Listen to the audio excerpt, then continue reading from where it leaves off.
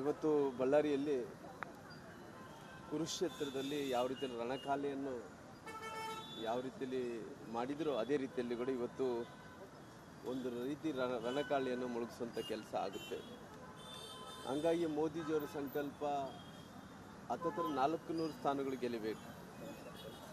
ಈ 400 ಸ್ಥಾನಗಳಲ್ಲಿ ಬಳ್ಳಾರಿ ಸೇರಿದಂತೆ ಕರ್ನಾಟಕದಲ್ಲಿ ಕೂಡ 28 ಜಿಲ್ಲೆಗಳಲ್ಲಿ ಕೂಡ ಭಾರತೀಯ ಜನತಾ ಪಾರ್ಟಿ ಗೆಲ್ಲಬೇಕಾಗಿದೆ. ಹಂಗಾಗಿ ಇವತ್ತು ದೇಶದಲ್ಲಿ ಕಾಂಗ್ರೆಸ್ ಪಾರ್ಟಿ ನರೇಂದ್ರ ಮೋದಿಜಿಯವರ ಏನು ಈ ಮಹಾ ಸುನಾಮಿಯಲ್ಲಿ ಬಹುಶಃ ಕಾಂಗ್ರೆಸ್ ಪಾರ್ಟಿ ಬೇರೆ ಸಮೇತ ಕೂಡ ಕಿತ್ತಾಕುವಂಥ ಕೆಲಸ ಮೋದಿಜಿಯವರು ಮಾಡ್ತಾ ಇದ್ದಾರೆ.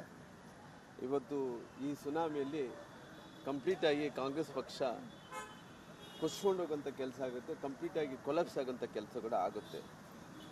ಅದಕ್ಕೋಸ್ಕರವಾಗಿ ಭಾರತೀಯ ಜನತಾ ಪಾರ್ಟಿಯಲ್ಲಿ ಇವತ್ತು ಮುಂಬರುವಂಥ ದಿನಗಳಲ್ಲಿ ನಮ್ಮ ಭಾರತೀಯ ಜನತಾ ಪಾರ್ಟಿ ಬಾವುಟನ ಆರಿಸ್ಬೇಕನ್ನಂಥ ಕಾರಣದಿಂದ ಅನೇಕ ಚುನಾವಣೆಗಳಲ್ಲಿ ನಮ್ಮ 1999ರಲ್ಲಿ ಸುಷ್ಮಾ ಸ್ವರಾಜ್ ಸ್ಪರ್ಧೆ ಮಾಡಿ ಸೋತ ನಂತರ ಕೂಡ ಅನೇಕ ಚುನಾವಣೆಯಲ್ಲಿ ಹತ್ತತ್ರ 4-5 ಚುನಾವಣೆಗಳಲ್ಲಿ ಗೆಲ್ಲಿಸೋಂಥ ಕೆಲಸ ಈ ಭಾಗದ ಜನರು ಮಾಡಿದ್ದಾರೆ.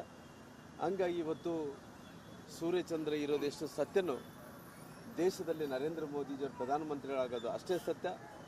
ಬಳ್ಳಾರಿ ಜಿಲ್ಲೆ ಮತ್ತು ವಿಜಯನಗರ ಜಿಲ್ಲೆಯಲ್ಲಿ ಈ ಅವಳಿ ಜಿಲ್ಲೆಯಲ್ಲಿ ಭಾರತೀಯ ಜನತಾ ಪಾರ್ಟಿ ರಾಮುಲು ಅವರು ಗೆಲ್ಲೋದು ಕೂಡ ಅಷ್ಟೇ ಸತ್ಯ ಆಗಿರೋ ಕಾರಣ ಖಂಡಿತವಾಗಿ ನಮ್ಮೆಲ್ಲ ಕಾರ್ಯಕರ್ತರು ಇವತ್ತು ಜಾತಿಯನ್ನು ಮರೆತು ಎಲ್ಲ ಪಂಥಗಳನ್ನು ಮರೆತು ನಾವೆಲ್ಲರೂ ಕೂಡ ಒಂದೇ ಅನ್ನೋಂಥ ಭಾವನೆಯಲ್ಲಿ ನಾವೆಲ್ಲರೂ ಕೂಡ ಈ ಚುನಾವಣೆಯನ್ನು ಎದುರಿಸೋಂಥ ಕೆಲಸ ಮಾಡ್ತೀವಿ.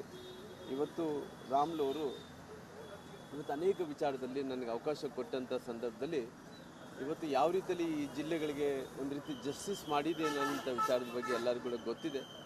ಹಂಗಾಗಿ ಮುಂಬರುವಂಥ ದಿನಗಳಲ್ಲಿ ನಾವು ಅನೇಕ ಮಂದಿ ನನ್ನ ಸ್ನೇಹಿತರಂಥ ಜನಾರ್ದನ ರೆಡ್ಡಿಯವರು ಹಾದಿ ಸೇರಿಕೊಂಡು ನಮ್ಮೆಲ್ಲ ನಾಯಕರು ಸೇರಿಕೊಂಡು ಇವತ್ತು ಈ ಬಳ್ಳಾರಿ ಜಿಲ್ಲೆಯಲ್ಲಿ ಒಂದು ಹೊಸ ಬದಲಾವಣೆಯ ಗಾಳಿ ಬೀಸುವಂಥ ಕೆಲಸ ಕೂಡ ನಾವು ಮಾಡ್ತೀವಿ ಅನ್ನೋಂಥ ಮಾತನ್ನು ಹೇಳೋದ್ರ ಮೂಲಕ ಎಲ್ಲರೂ ಸೇರಿ ವಿಜೇಂದ್ರ ನಮ್ಮೆಲ್ಲ ನಾಯಕರು ಸೇರಿ ಬಲ ಸೇರಿದರೆ ಯಾವ ರೀತಿಯಲ್ಲಿ ಬಾಹುಬಲಿ ಆಗುತ್ತೋ ಆ ಬಾಹುಬಲಿಯ ಮುಖಾಂತರ ಇವತ್ತು ಪಾರ್ಟಿಯನ್ನು ಮತ್ತು BJPಯನ್ನು ಗೆಲ್ಲಿಸೋಂಥ ಕೆಲಸ ಮಾಡ್ತೀವಿ.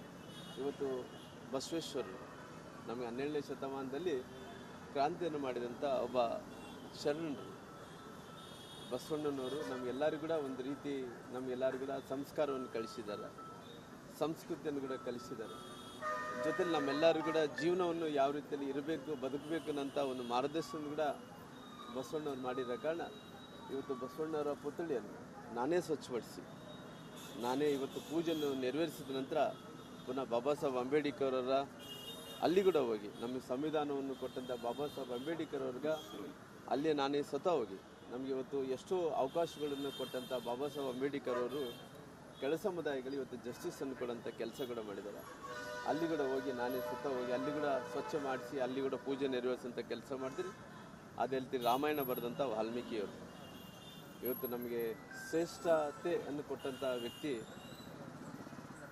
ಕವಿಗಳಲ್ಲಿ ಒಂದು ದೊಡ್ಡ ಕವಿ, ಶ್ರೇಷ್ಠ ಕವಿ ಆದಂಥ ವಾಲ್ಮೀಕಿಯವರು ರಾಮಾಯಣವನ್ನು ಬರೆಯೋದ್ರ ಮೂಲಕ ಇಡೀ ಜಗತ್ತಿಗೆ ನೋಡಿಸ್ಕೊಟ್ಟಿದ್ದಾರೆ. ಹಂಗಾಗಿ ವಾಲ್ಮೀಕಿಯವ್ರ ಹತ್ರ ಹೋಗಿ ಅಲ್ಲಿ ಕೂಡ ಸ್ವಚ್ಛಗೊಳಿಸಿ ಅಲ್ಲಿ ಕೂಡ ಪೂಜೆ ನೆರವೇರಿಸೋಂಥ ಕೆಲಸ ಮಾಡ್ತೀರಿ. ಕನಕದಾಸರು ನಮ್ಮೆಲ್ಲರೂ ಕೂಡ ಇವತ್ತು ಜಾತಿ ಅನ್ನೋಂಥ ವಿಚಾರ ಬಂದಂಥ ಟೈಮಲ್ಲಿ ಕನಕದಾಸರು ಅನೇಕ ವಿಚಾರಗಳನ್ನು ಹೇಳಿ ಇವತ್ತು ಒಗ್ಗಟ್ಟು ಮತ್ತು ನಮಗೆ ಈ ರೀತಿ ಒಳ್ಳೆಯ ಭಾವನೆಗಳನ್ನು ಮೂಡಿಸೋಂಥ ಕೆಲಸ ಮಾಡಿದೆ. ಅಲ್ಲಿ ಕನಕದಾಸ ಅವರ ಸ್ಟ್ಯಾಚ್ಯೂ ಕೂಡ ಹೋಗಿ ನಾನೇ ಸ್ವಚ್ಛಗೊಳಿಸಿ ಪೂಜೆಯನ್ನು ಕೂಡ ನೆರವೇರಿಸೋಂಥ ಕೆಲಸ ಮಾಡ್ತೇನೆ.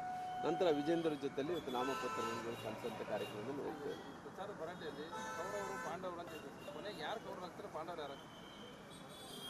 ಬಹುಶಃ ಇದು ನಾವೆಲ್ಲ ಕೂಡ ಚುನಾವಣೆ ತನಕ ಕೂಡ ಕಾಯಬೇಕಾಗಿದೆ. ಯಾಕಂದರೆ